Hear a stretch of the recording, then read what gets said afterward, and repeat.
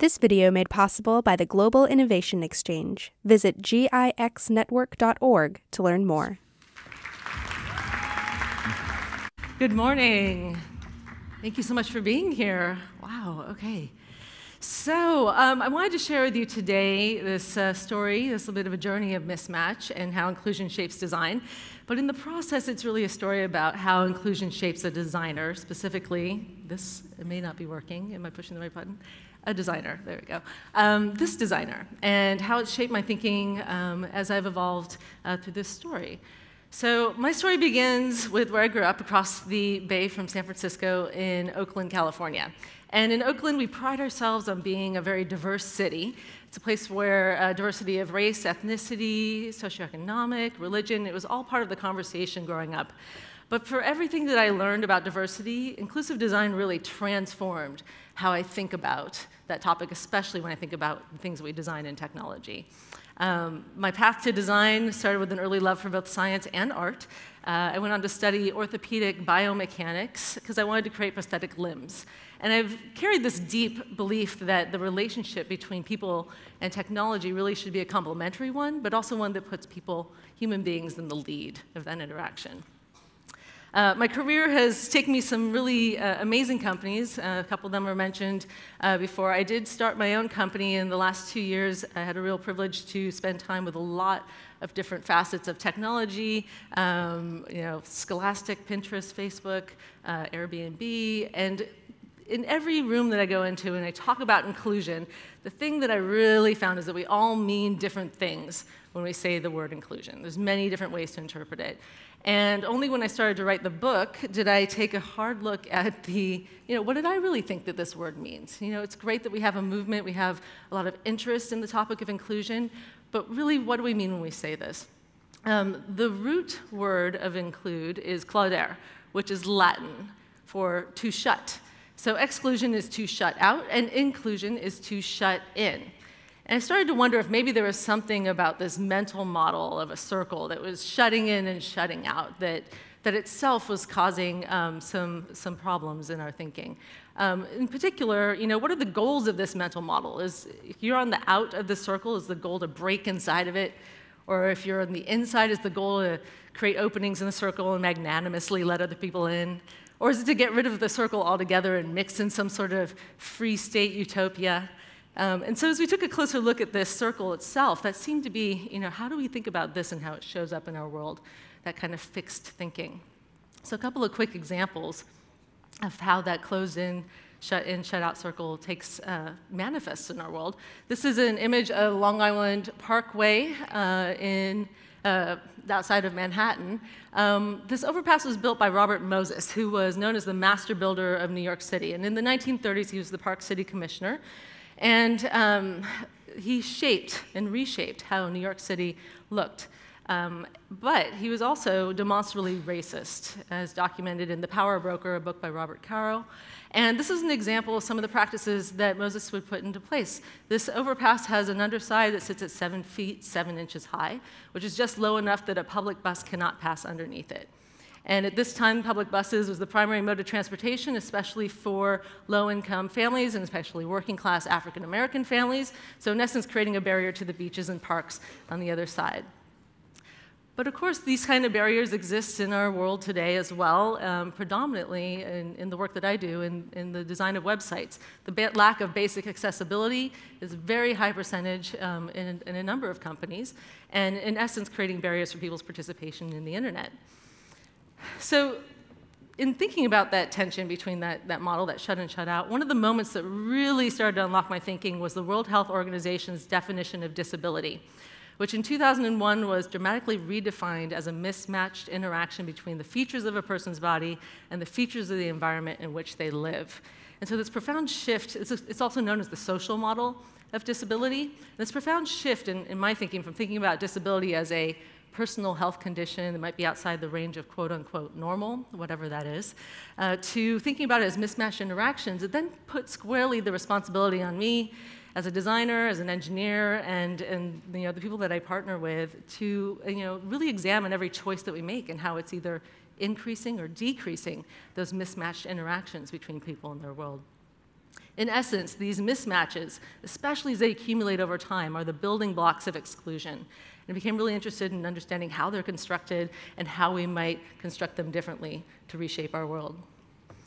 So how do those building blocks get into place? So what I like to call ability biases is one of the big culprits here. Ability biases are one of the sneakiest kind of biases that we have, because if we create things that we ourselves can see, hear, if it matches the way that we learn or solve problems, then we end up solving and creating things for people that have similar abilities and preferences, but can end up excluding a much broader group of people. A couple of examples. This is one of my favorites. This is a public restroom. The way that this ability bias plays out is in designs like this, especially when we bring some kind of new innovation to a long-standing design. This is a public toilet that you flush by waving your hand over the sensor to activate. And the fact that it needs a sign is a really great indicator, number one, that it's not a great design. But just asking ourselves for a second of who might be unable to use this interaction for a very fundamental need, right? So maybe someone who's got low vision or is blind, someone who can't read English, someone who doesn't have a hand available to wave. And it becomes a real, when we make these kind of changes, it can be a real dehumanizing, if not completely blocking experience for people as they interact with the world around them. Some examples of how these kinds of moments of exclusion can lead to innovation through inclusive design. Just want to give you a couple of those. The first one is the bendy straw, the flexible straw. It was invented by Joseph Freeman in the 1930s when his young daughter was having a hard time drinking a milkshake out of a straight paper straw. And so he took that straw home and shoved a screw inside of it and wrapped a wire around the outside, in essence creating this bendy joint. So that gave her access to the drink. But flexible straws work well for anybody who's unable to hold a cup, maybe doesn't have use of their hands. It's a vital device for many people with disabilities, and also has gone on to benefit any of us who maybe are reclined in bed when we're sick, or maybe on a beach for vacation drinking a beverage. So there's lots of other ways that people have benefited from this design. The first typewriter is also a great example of inclusive design. So Pellegrino Turri and the Countess Carolina di Vivizano were very, very good friends, some rumored lovers, and the Countess was blind. And so when they were apart, they wanted to correspond through letters, but if you were blind in the late 1800s, the way you would write a letter is by describing it to another person who would write it down, which is not awesome if you want confidential communication. So the two of them worked together to create what's known as the first prototype of a typewriter, so the Countess could author her own letters. And certainly that's gone on to benefit us in many ways, many, many more people. So there's so many examples of inclusive design that are permeating our society. We all use them every day, or we interact with many of them, but they're sitting quietly in the background, sometimes with these stories unknown. And the thing that I love most about them isn't just that they're innovations that started with mismatches, but they are love stories that happen between people. There are two people who wanted to connect and understood deeply the mismatch and the way that the barrier to their communication or their connection could be solved by thinking about a new kind of solution. And those solutions went on to benefit many more people. This is relevant more than ever today because as digital technologies move into more public environments, learning environments, work environments, how we experience exclusion changes throughout our days. Our abilities are constantly changing depending on what environment we're in. So in theory, if we were to design a solution, let's say, that works well for someone who experiences mismatches on a very regular basis, someone who experiences exclusion, say, because they were born with one arm. If we design a solution that works well for someone who's born with one arm, that solution will go on to benefit anyone who has a temporary arm injury or is also maybe carrying groceries or holding a newborn infant in these temporary moments that we all experience a change in our abilities. So coming back to this shut-in, shut-out model, really started to think about it more as a cycle of choices that we're all constantly making. And it has these 5 points that are interrelated that contribute to these moments of exclusion, but are also opportunities to jump in and think about inclusion, specifically with the participation and the contributions from people who experience high degrees of exclusion. So I wanted to quickly walk through a few of these touch points with you and think about how those could be reshaped. We imagine for a moment a playground where there's swings. Here's an image of kind of the kind of swings that I grew up with. What kind of abilities are required to play on this swing? Certainly 2 arms, 2 legs, a certain degree of height, certain strength. And so if you were to imagine a playground full of these swings, the only people who would show up to play are the people who match that design. And this plays out in so many areas of our society. And I wanted to understand, how did we get to this point? And it has a lot to do with this thinking about this bell curve, this 80-20 kind of thinking about human beings, especially when we said about engineering and designing. The origin of much of this work is detailed in a book called The End of Average by Todd Rose, where he tells the story of Adolphe Quetelet. Quetelet was a Belgian astronomer and mathematician who aspired to be as famous as Isaac Newton in mapping the celestial bodies of the universe.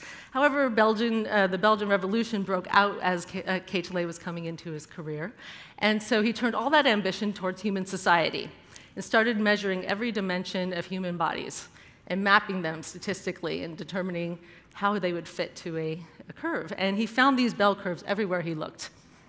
The thing that Quetelet did, though, is he made an assertion that the middle of that curve, that average, was the perfect human being, and every deviation from that average was in sense a degree of error or abnormality. That concept stuck really, really hard in our society. It was marketed, the idea of a normal human being was marketed, and the impact was deep, both in horrible outcomes like eugenics, and then things that stick around today like the body mass index, which is also known as the Quetelet index. And most importantly, maybe in the way that we stereotype one another when we go about designing and engineering solutions. So what if it was an invented conversation, this idea of a normal human being? What if there really was no such thing as a normal human being when we set out to design? What would that look like?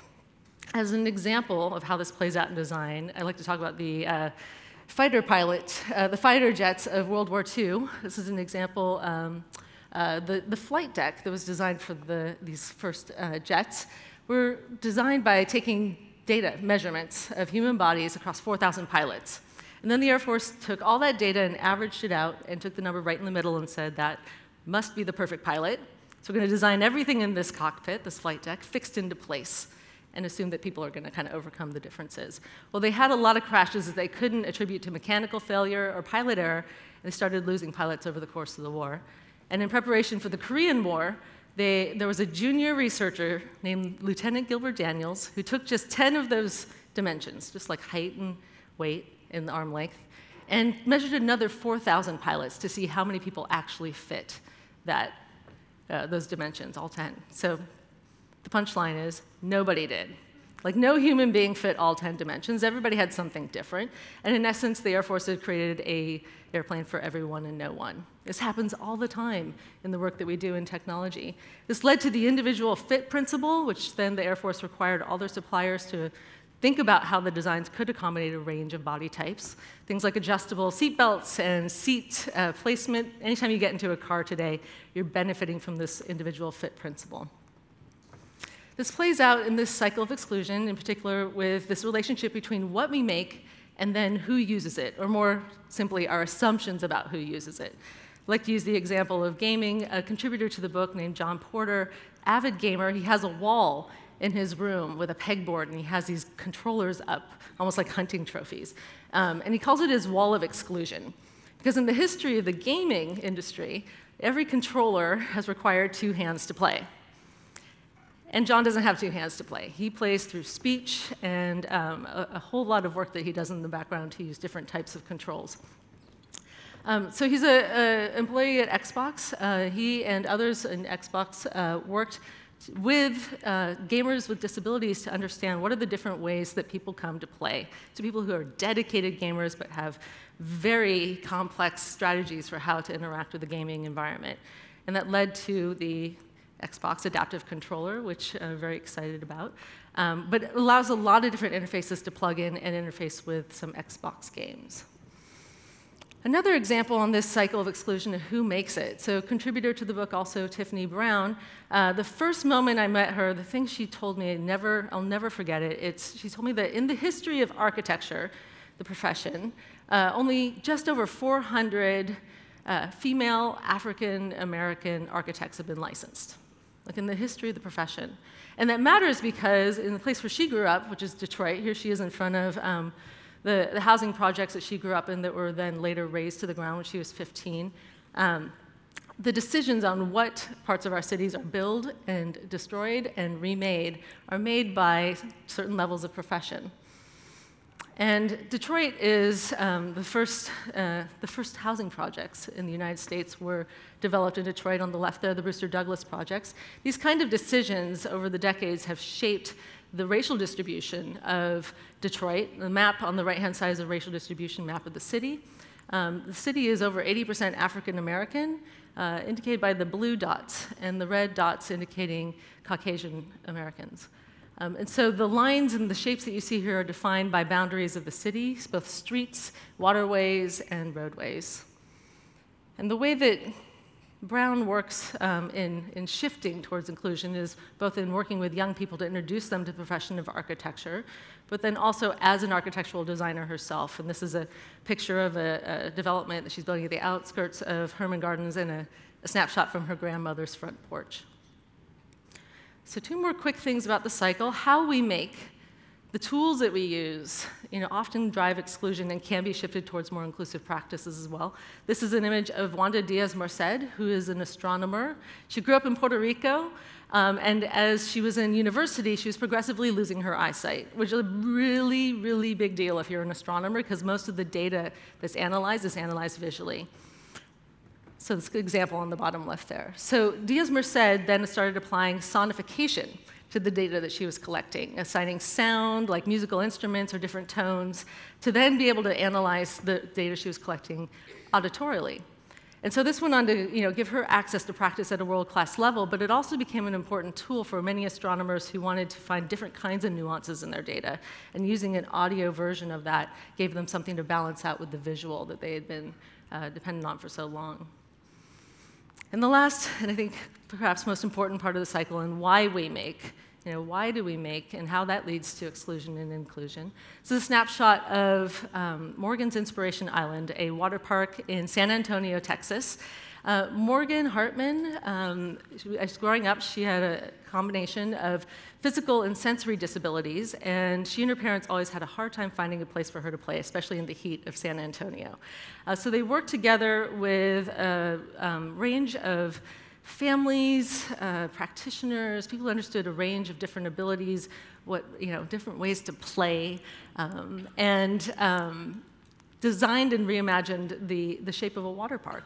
And the thing that I love about this project, and I just wanted to show here, is the design of this wheelchair. It's called the New Chair, PNEU. It's powered by compressed air, so that, as opposed to a battery.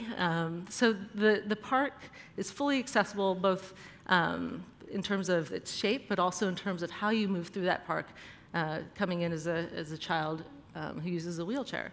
And so when we think about the reason inclusion matters and how we make and why we make and what we make and who for, I think it all kind of culminates here where inclusive design is not about creating one thing for all people. It's not about creating an access point, but it's about creating a shared diversity of ways to participate in a place with a sense of belonging, so that ultimately it's about the discovery of new friends, the exploration of a new space, and the contributions that we can make to each other when we meet in those places. So inclusive design really is about this cycle, in my opinion, this cycle and these moments where we can jump in at any one of these, look for ways to recognize exclusion in those places, and then start to ask ourselves, how do I work with someone who experiences a high degree of exclusion in this environment? Let their expertise supersede my own as a designer or a professional, and then what's possible? So it starts with questions like, who faces the greatest degree of exclusion? And just taking a look at whatever you might be working on today, whatever kind of solution you might be imagining, who would face the greatest degree of exclusion? Who might have the most to lose in these moments where we're making changes, especially technological advancements, changes to a website, environments and gatherings like this one that we're hosting? Whose voice is missing in my feedback channels? The ways that I'm collecting that feedback, maybe dictating who shows up to play and contribute. And how can those be reimagined? So it's a little bit of the journey of Mismatch. The path of getting here has been remarkable. the remarkable people along the way that we've met. And I just wanted to share that it's just the start of a community. It's the start of a conversation. We also have a site where we're collecting and sharing stories of inclusive designers who they themselves have experienced high degrees of exclusion, and then it goes on to shape how they think about solutions.